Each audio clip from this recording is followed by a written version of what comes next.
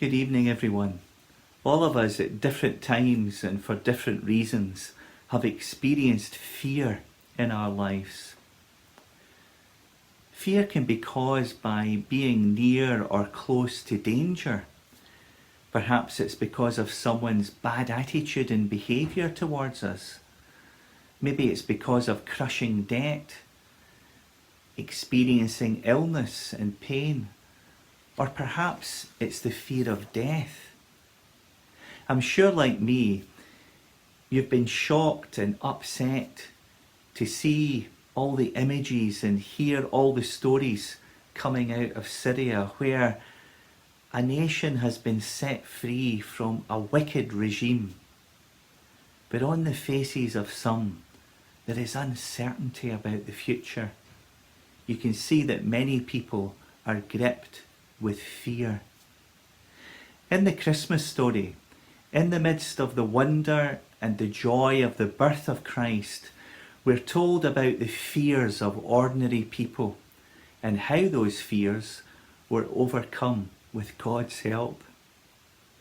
In the Nativity story, the angel of the Lord says on 4 different occasions to different people, "Do not be afraid." Zechariah is startled in Luke 1 verse 13 by the fear of being unheard.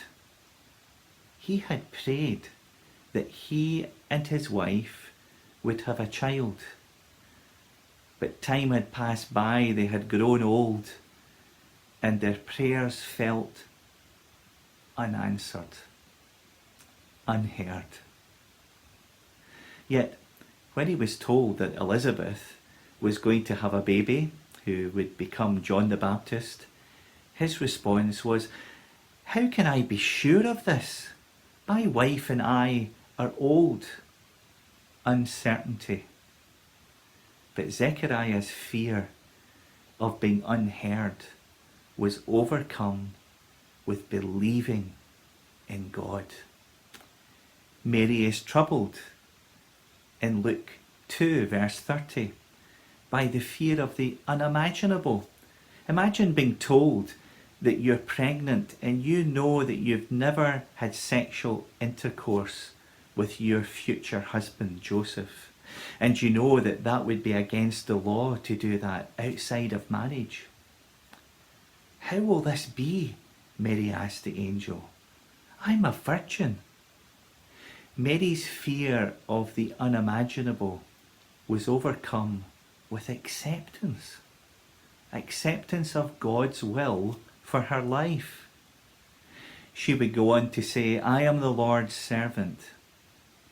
May your word to me be fulfilled." Joseph is alone in Matthew 1 verse 20 with the fear of the unthinkable. Imagine being told that your future wife is pregnant and you know that you've never had sexual union with her and you know that that would be against God's law. You know you've kept God's law, yet this has happened. Astoundingly, Joseph's first thought was for Mary, not for himself. In the culture in which he lived, he could have had Mary publicly disgraced, even stoned to death. But he did neither. Rather, he fulfilled all the angel told him.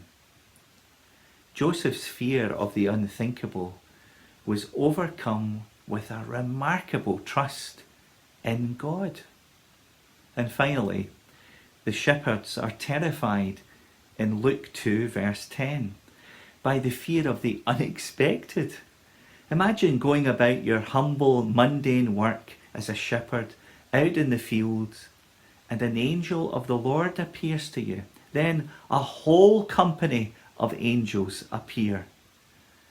The shepherd's fear of the unexpected was overcome by obedience. They did what the angel told them to do, and they hurried off to Bethlehem to meet Joseph, Mary, and baby Jesus.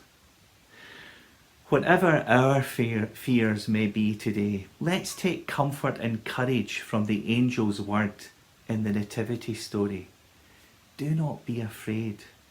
Whether we're startled, troubled, alone, or terrified today because we feel unheard, or because of the unthinkable, the unimaginable, the unexpected, let's trust and look to the Lord through believing like Zechariah, through accepting like Mary, through trusting like Joseph, through obeying like the shepherds.